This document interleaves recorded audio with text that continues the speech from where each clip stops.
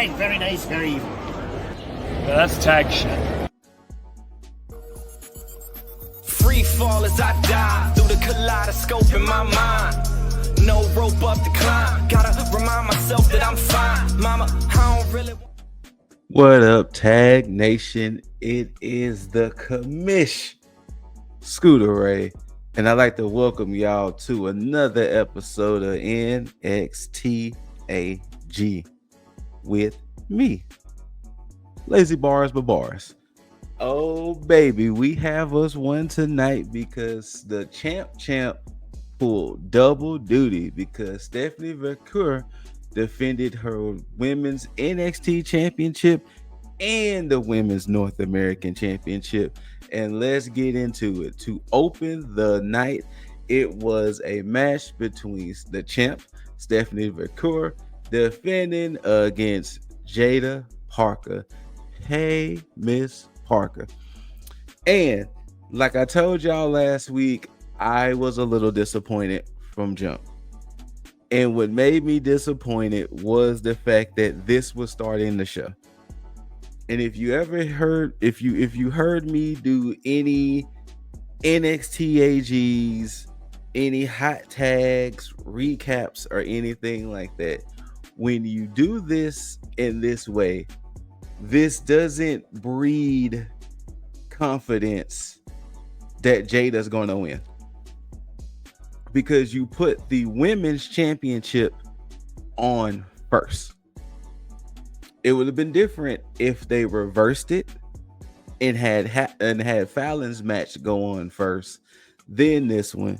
But you put this one on first, and this did not give me the confidence at all that Jada Parker was going to win. She had a good showing. She had a great showing. Don't get me wrong. And I can definitely see her being some type of champ in NXT within this year. But this match definitely didn't give me the confidence because it opened the show. And it's for the women's championship. It wasn't for the North American. It was for the women. So it was like, come on. But once again, it was a good match. It was still solid. I enjoyed it. Jada is definitely putting her best foot forward to let y'all know that she's here. And not only that she's here, but she's trying to be somebody's champion soon. But the also key thing of the night was no champ has ever successfully defended both of their titles. They reference Seth Rollins when he was US and World. They reference Becky 2 belts. And I think they was somebody else. But once again, nobody in WWE has ever successfully defended both of their belts in one night. And of course, you know, the underlying story is, could Stephanie be that one? And towards the end of the match, before Jada was going for a hypnotic, Jordan Grace showed up because during segments they was kind of showing the NXT women's locker room. And Jordan Grace got up, she left, she came out, caused a distraction, and from that distraction, when Jada went for hypnotic, she got rolled up 1, 2, 3, and still NXT Women's Champion Stephanie Vaquer. Now, after she won,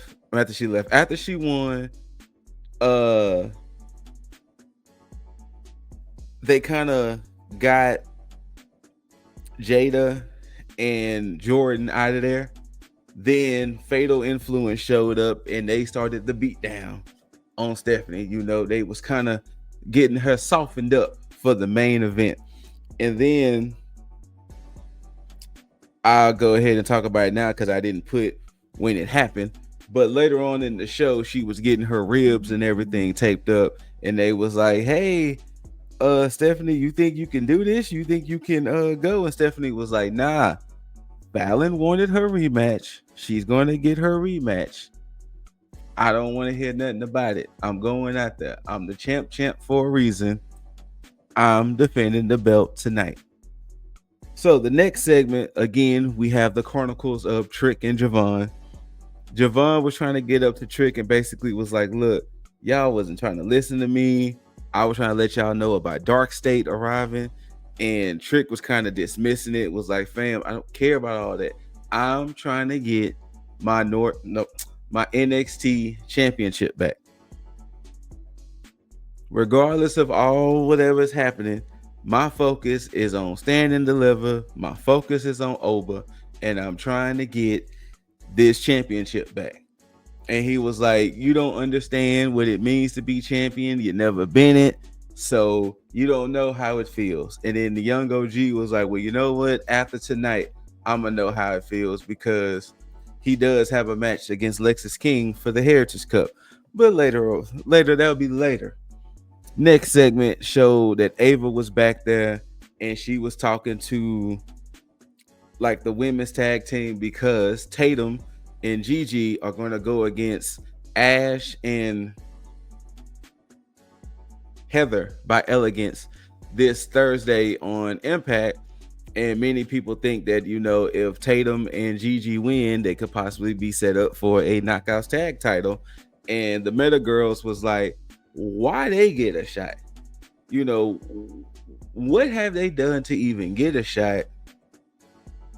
Zarya and Soul was there, and the Meta Girls was like, Moots, shut up. So from that interaction, it does lead into a match later on, but hey, more on that later. Then Vic Joseph had a sit-down interview with Ricky Saints, and he was basically just asking Ricky, you know, how does he feel making the jump and making the impact, and, you know, things of that nature. And then Sean Spears shows up. Sean Spears is like, hey, Vic, you can go ahead and go on. You know, let me holler at Mr. Saints. And, you know, Spears was just basically talking about how Ricky kind of goes from place to place, and, you know, him burning bridges, him never, you know, reaching the top, him never, you know, being the man, being the guy. And it was like, well, hey, maybe if it don't work out here, you can go. Oh, I forgot. You burn your bridges everywhere you go, so you probably just can't go nowhere. And, you know, and as he was sending his, you know, warnings to Ricky, the rest of the culling shows up to kind of, you know, give that intimidation factor. And Saints was like, whatever, big dog. Like, whatever. You got it. You got it. Then, funny enough, a lot of things has happened before the next match. Then we get a segment between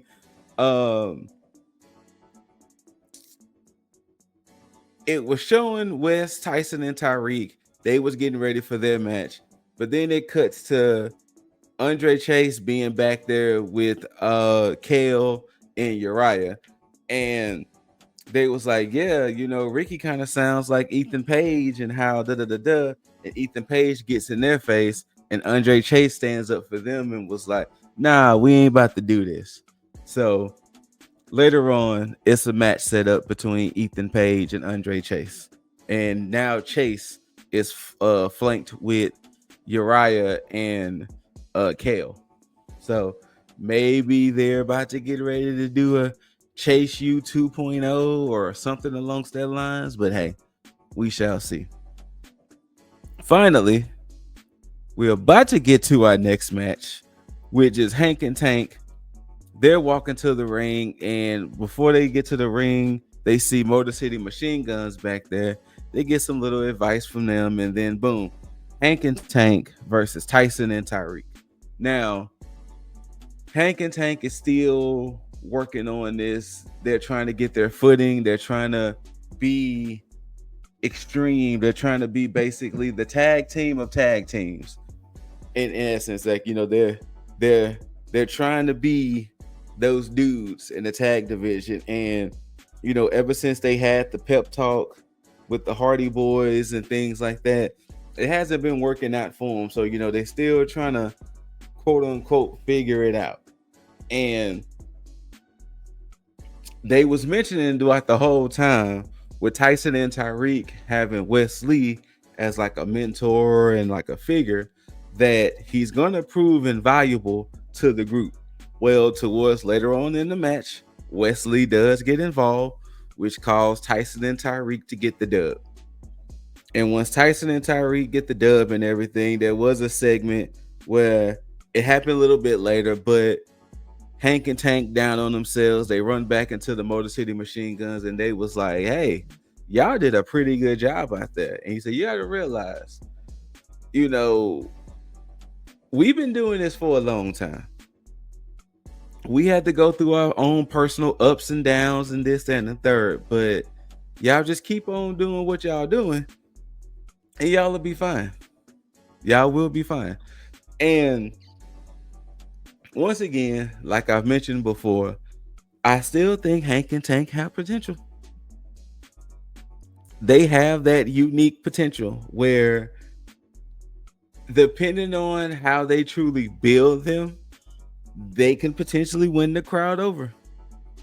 They're gonna, funny enough, and I'm saying this, they're gonna be similar to a Heavy Machinery 2.0. The only difference is both of them are kind of entertaining rather than just being Otis, because Tucker was more of the just smash mouth, more serious, I'ma beat you up, while Otis was the showman of the group. Well, both of these gentlemen have both Otis and Tucker, so they can both be entertaining, they can both be silly, but they can both kick your ass, them belly boys, which I love that nickname, by the way, belly boys. But yeah, Hank and Tank versus Tyson and Tyreek was a beefy boy brawl, by the way. Beefy boy brawl. Next up, we have Stephanie. Oh, I did put it that Stephanie was talking to Ava, but next we go to the segment with Fraxium. And essentially, Fraxium was, still reeling for the fact that they lost to the Hardys. And then Sarah was asking Axiom how did he feel that, he went to Spain, wrestled against Gunther, and how he pushed Gunther to his limits. And Nathan Frazier was like, yeah, I wish you would have told me about it because I could have been there. And Axiom was like, well, it was supposed to be a surprise. It wasn't like I was trying to leave you here. And then Frazier was like, well, maybe if I was there, you probably would have won. And he was like, well, what you trying to say?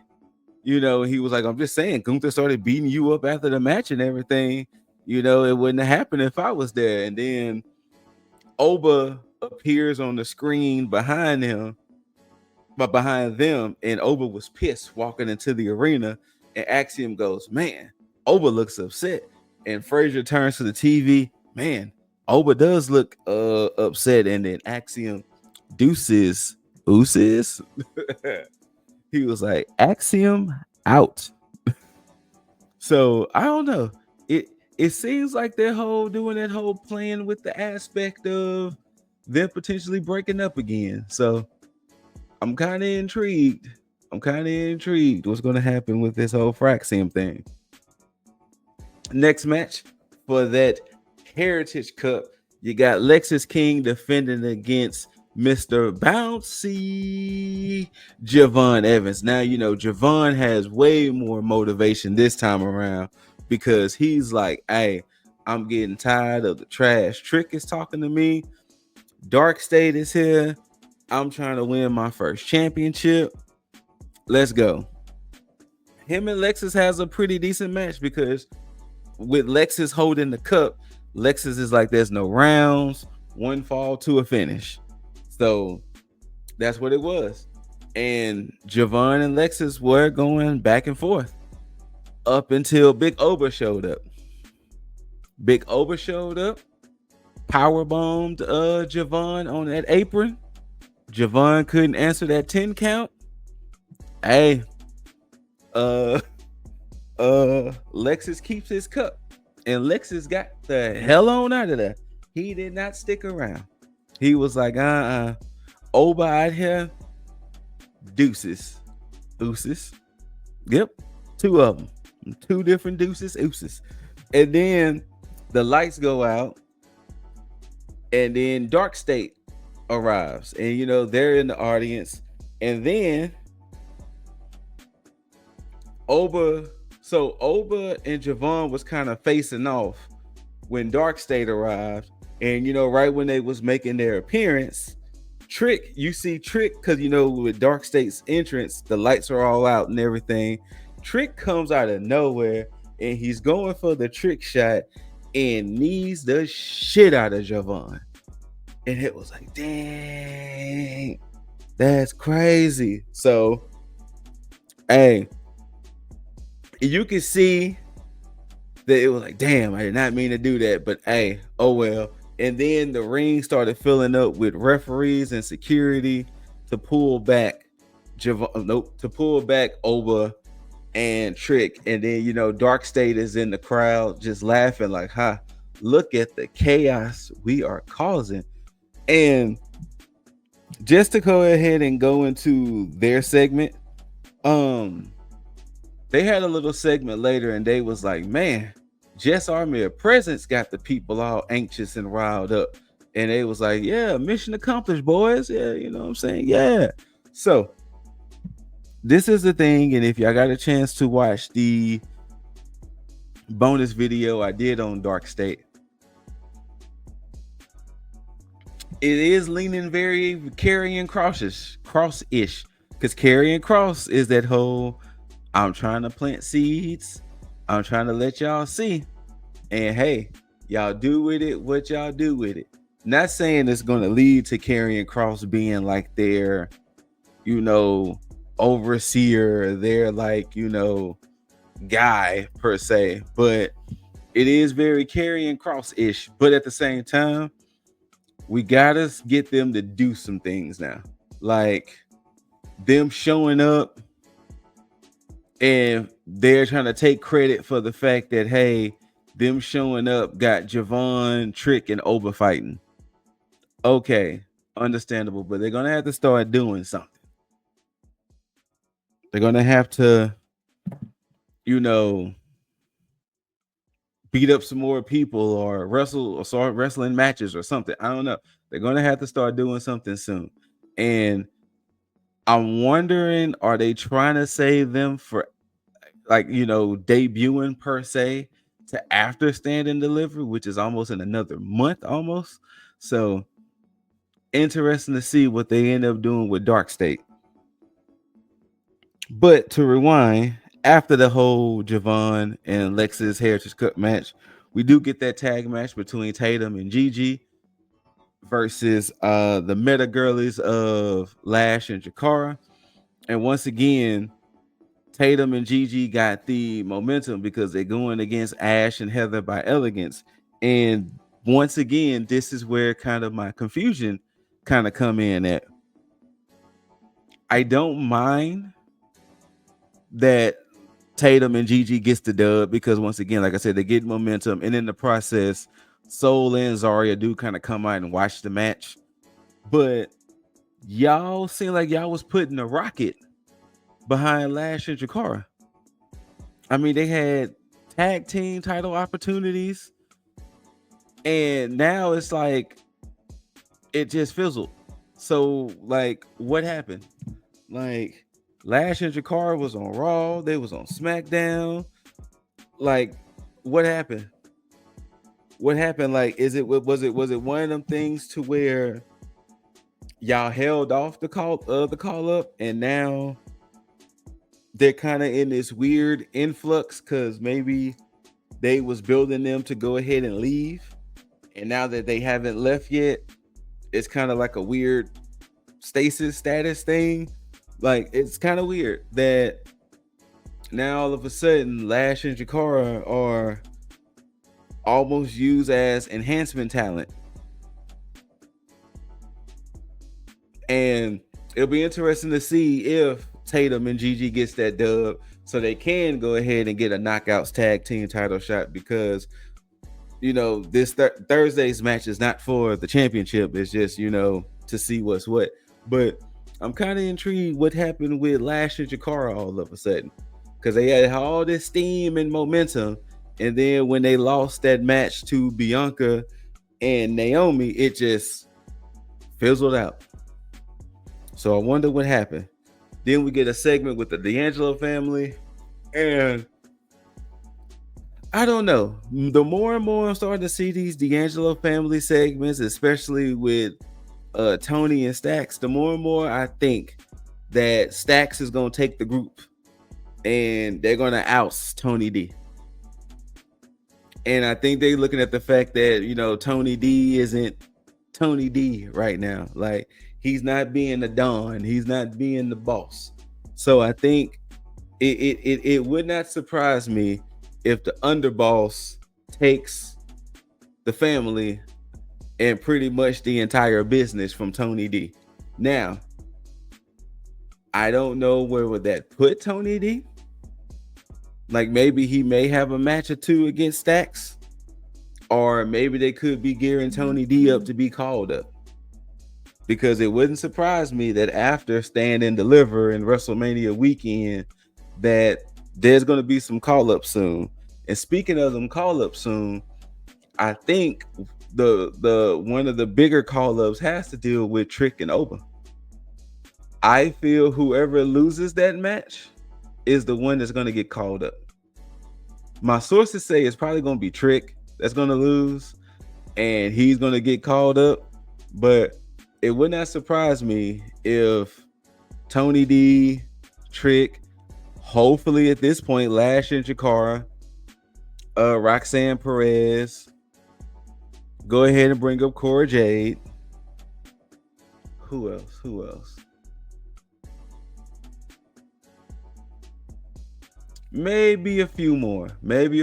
I'll see how these next few weeks of NXT is looking before Stand and Deliver.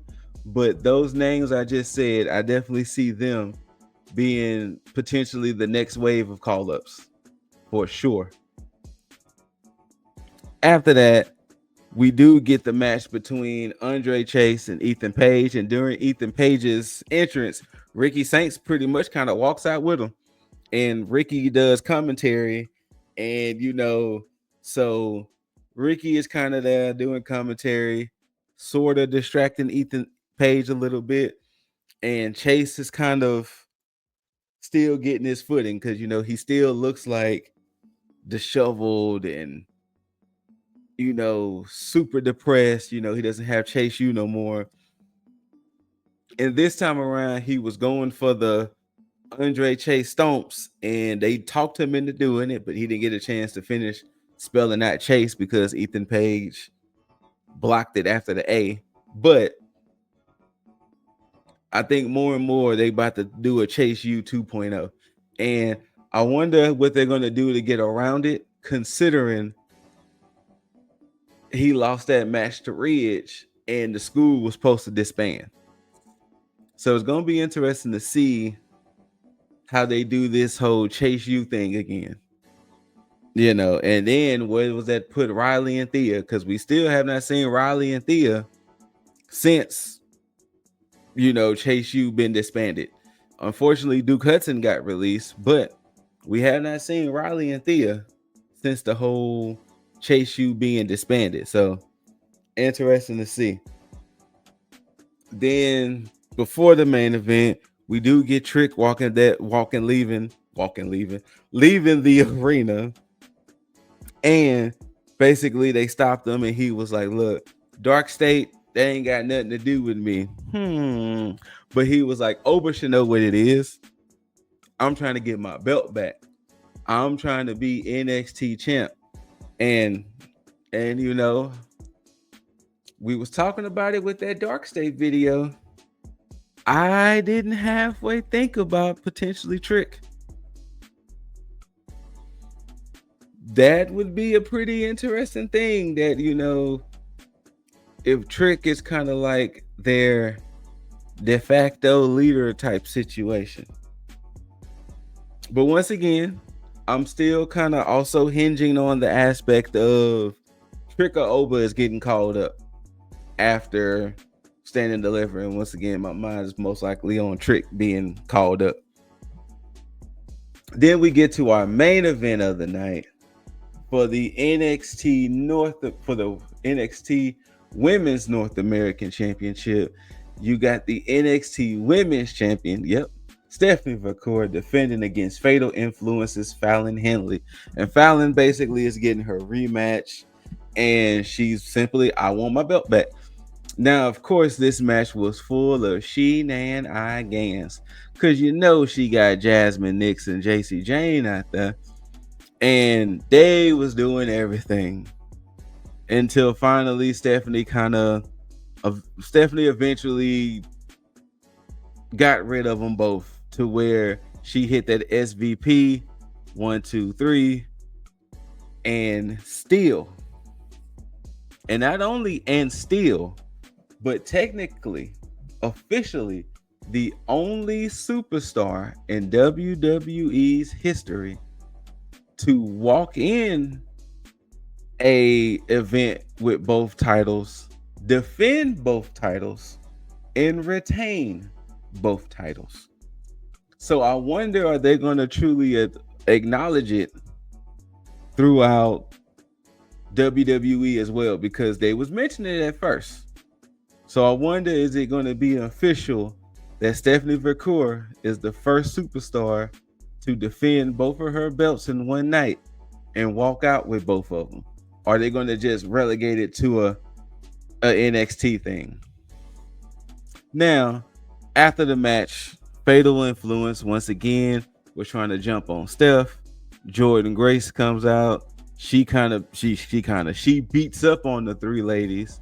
And then when she was kind of helping, trying to somewhat help Steph, but she picked up both championships. She easily handed her the North American Championship, but it was a little struggle, a little tussle, a little tug of war over the Women's Championship, signifying that, hey, I'm your next opponent type of thing. Jada comes, she tries to attack, she blindsides Grace, which pushes Grace into Stephanie. Her and Jada and Jordan get into it. Jordan gets the best of it while Jada's on the outside. They cut to the back with Ava once again watching it with the rest of the women's locker room. And Lola Vice, Kalani, and all of these women are all kind of shouting and yelling at Ava that they should be next up. So we are less than a month away. I think we're about roughly 3 weeks away from Stand and Deliver. I'm pretty sure we're going to get Grace and Stephanie for the NXT Women's Championship. I wonder what they're going to do for the North American, because it would be a little unfair. And once again, I get it. She's trying to prove she's the champ. She's, La Primera. I get it. But I wonder if they're going to try to do a multi-woman match for that women's North American Championship. It will be interesting to see how Stephanie's Stand and Deliver is going to look, because she's going to be double booked, bars. But are they going to put her in a multi-woman match and then that one-on-one with Jordan? And then, even with that said, is it a situation where Stephanie walks in as champ and she leaves with nothing? That would be crazy too. So it's gonna be intriguing to see how Stephanie's gonna be booked for Stand and Deliver. And then I know for next week's NXT, I know they went on ahead and said we're getting Saints and Spears, which threw me off because I thought they was gonna save Saints and Spears for Stand and Deliver, but it is happening next week now, unless some shenanigans happen and then they run it back as Stand and Deliver. But hey, we'll see. And of course, we still gonna have this saga between Trick, Javon, Oba. Dark State is still looming. So hey, and I feel like it was something else announced for NXT next week as well. But the only thing I remember is Saints and Spears for the North American Championship. But hey, that was NXT for the night, people. Another one in the books. Shout outs to the rest of the squad. Shout outs to the rest of the gang. You know, your current tag in the bank and longest running tag predictions champion, Lip Dizzle. Shout outs to Jaeger Bombastic. So fantastic. You know, the heartthrob of the IWC. Shout outs to the Forbidden Door, Juggernaut 097. And shout outs to Liv's #1, kicking it with Leo. And I've been the commish, ScooterRay. And whether you loved it or hated it, don't forget to rate it thumbs up, thumbs down, like, share, subscribe, comment, all the engagements. When you do all of that, tag that notification bell so you can be notified for any videos we post on the channel. Thank y'all for tuning in. Much appreciated. We wouldn't be doing this without y'all. So thank you. Thank you and thank you. Love one another. Love yourself. Take care of one another. Take care of yourself. Giving y'all this too sweet because once again, I know we're on an audio adventure, but hey, I'm giving y'all this too sweet. So bada, boom. And until next time, ladies and gentlemen, and Tag Nation, do not forget to tag out. Peace.